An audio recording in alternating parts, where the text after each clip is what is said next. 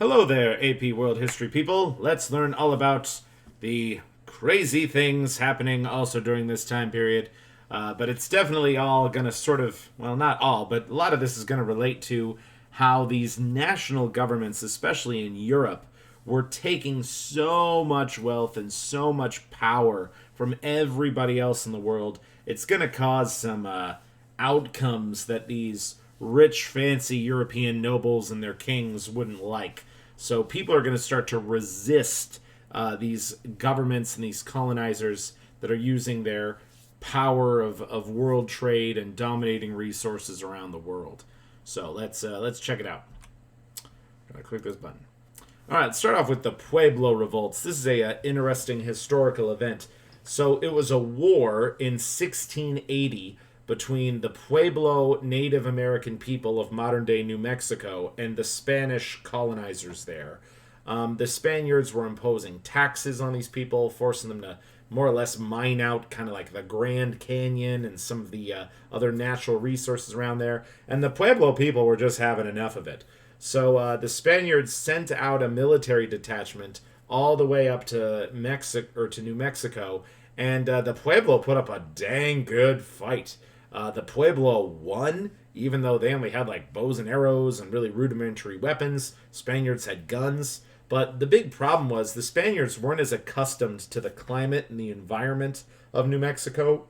And it was also way far away from any of the Spanish supply centers. So they had to go really, really deep into the Americas to try to control these people. And they couldn't sort of get more ammunition and more food and more supplies. So the Spaniards retreated and they left New Mexico alone for 12 years. So that's pretty cool. And the Pueblo Revolts is the only successful Native American uprising in world history. Every other time the Native Americans fight back against Europeans, the Europeans are going to win. So that sucks. But this is the one counterexample to that point. All right. Another thing you got to know, this event called the Fronde. So there were a bunch of little civil wars that happened in France in the 1600s. And the whole point of the Fronde was the peasants, especially the people in Paris, were really upset that the government wasn't doing a great job. The government was sort of like benefiting the rich and the church and not really helping the people. Well, the government eventually quelled the people's resistance and gave the people a couple more rights and put a little more money into like building roads and basic schools and helping out with agriculture.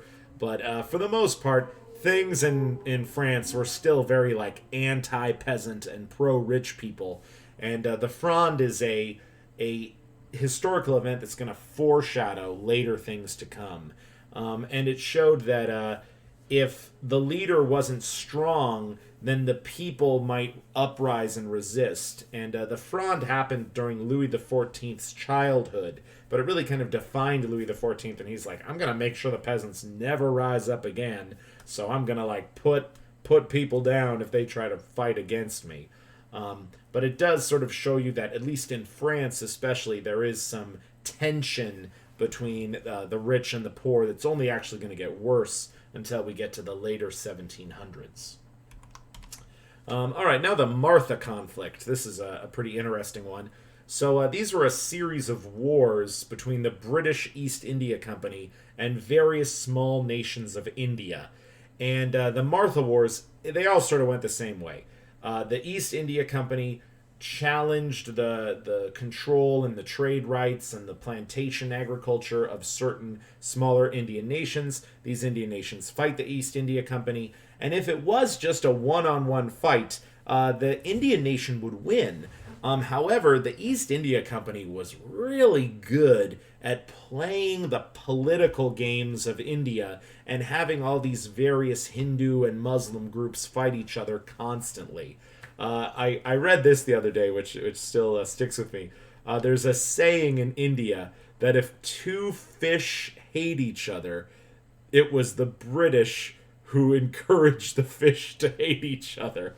And because of all the religious diversity in India, the British East India Company really did have the divide and conquer strategy. They did not want the Indian people to all get along with each other. They promoted these religious animosities and these cultural animosities with the intention that the East India Company could always sort of benefit from these conflicts and provide assistance during conflicts to take over more land and more rights for themselves. And it really did show that Europeans could easily get, especially Indians, to turn on each other, and that European weaponry was no match for these native warriors. The Maratha conflicts were definitely in the later part of this time period, once European firearms were far superior than gunpowder empire's firearms.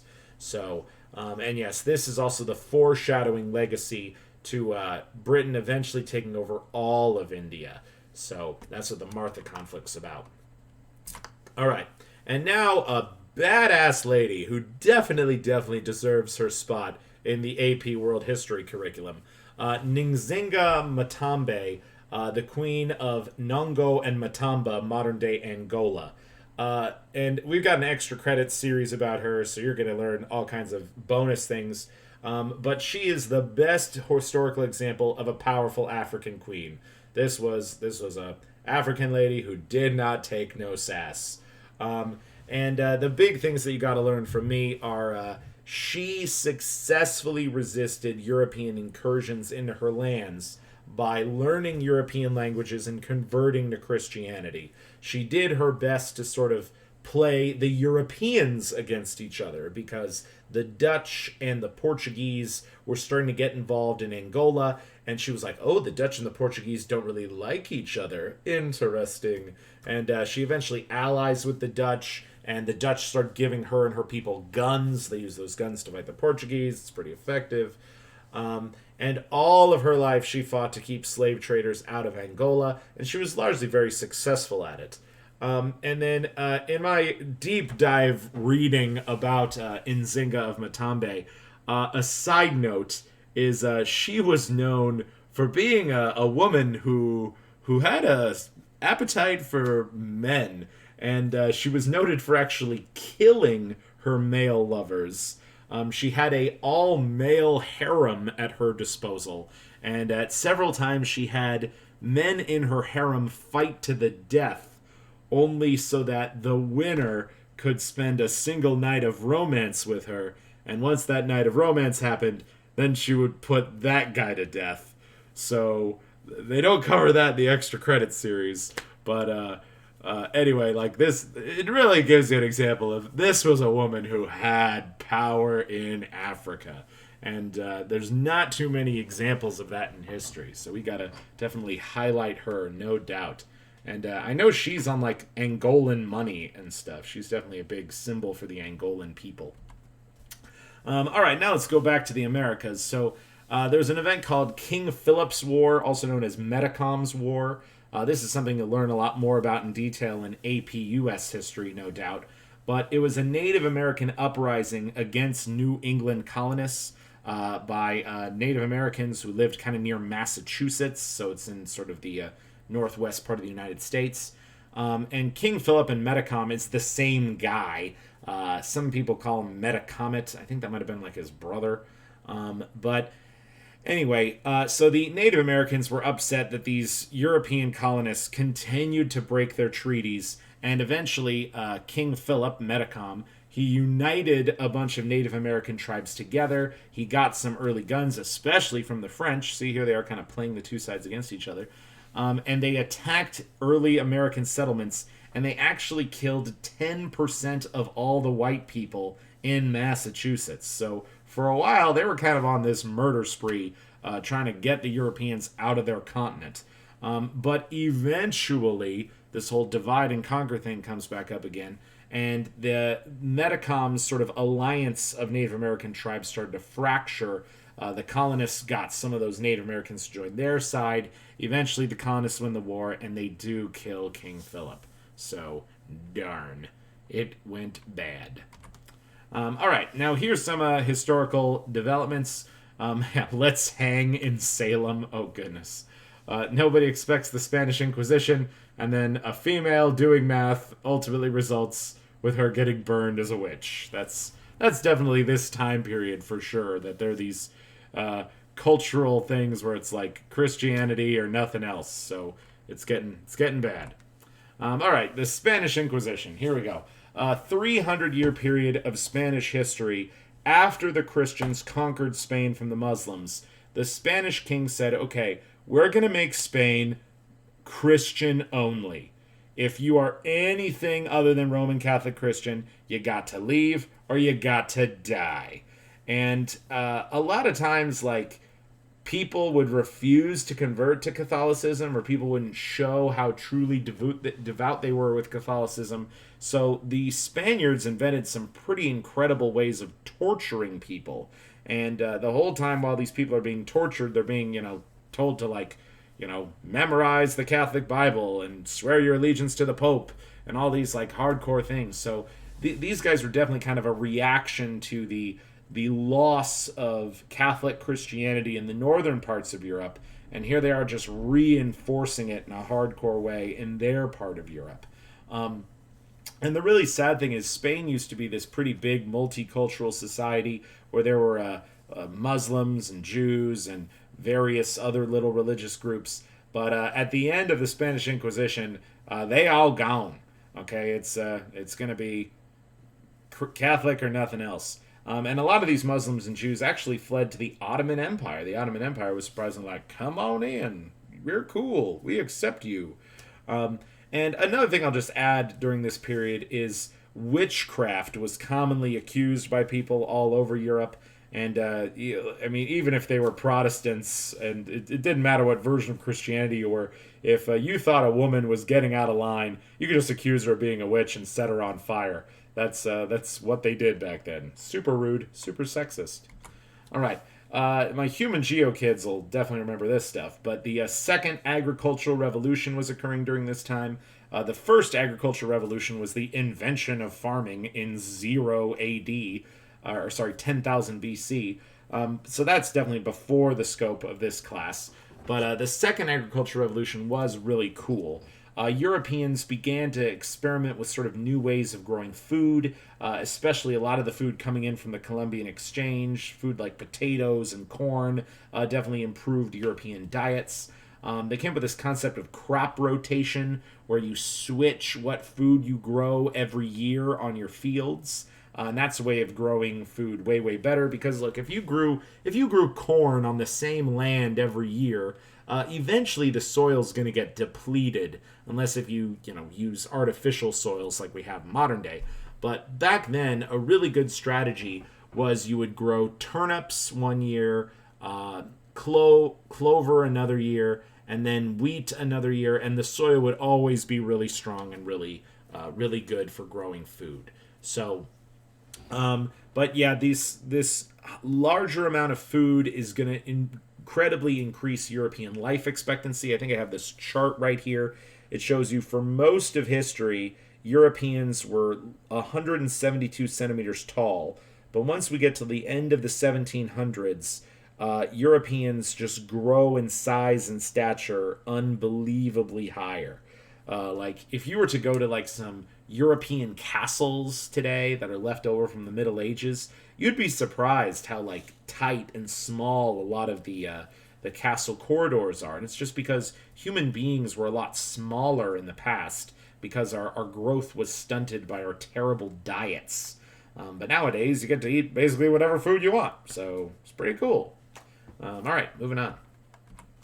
All right, and something else I really have to add. I feel like almost everything I talked about here in Unit 4 is implying that Europe has now overtaken the gunpowder empires and overtaken China. That has not happened yet. I would say that, where we are right now, this is the beginning of the 1700s, and the Europeans have caught up to the gunpowder empires and to China. So at this point in history, it's sort of like almost all the big empires in Eurasia are kind of equals. But the problem is, starting in the 1700s, the gunpowder empires in China are either going to stagnate or decline, and Europeans are going to continue to grow exponentially. But that will happen later. Okay, the Ottomans, Safavids, Mughals, Qing Chinese, they are global contenders until the 1800s. By the time we get to the 1800s, they're not going to be a match for the Europeans. The Europeans are just going to dominate them in every way you can imagine. But I do definitely have to emphasize this point too, that even during the entirety of the things I've mentioned in Unit 4, the vast majority of the world's wealth, the vast majority of the things being made in the world are still being made in Asia rather than Europe. The whole goal of so many of these maritime empires was to get to China, to do trade with China, to go to those big cities in China. So China is still the champion of the world economy and world history up until the 1700s. That's when things are really going to start looking in the Europeans' favor. So yeah, that's really the issue I really want to emphasize here. Don't count them out of the game quite yet, but I mean, if you're looking at the scope of the world, they're flatlined while Europe's up, up, up, up, up. Okay, and then let me give 2 more slides about the Ottoman Empire, because it's like the AP people's favorite empire. They were definitely far more accepting of multiculturalism at this time than they were in Europe. I mean, you kids all wrote a DBQ about this. And the spread of Catholic Christianity in Spain and new Protestant faiths really started to make Europe all about ethnocentrism, okay? And ethnocentrism means we are the best culture, everyone else is trash. So because of all these hardcore religious-minded groups in Europe, and now these groups in Europe are all taking over parts of the world, the European state of mind is going to become a lot more racially focused and nationally focused, and it's honestly going to put Europe in a really bad place leading up into World War II. So this is sort of the root of a racist European society.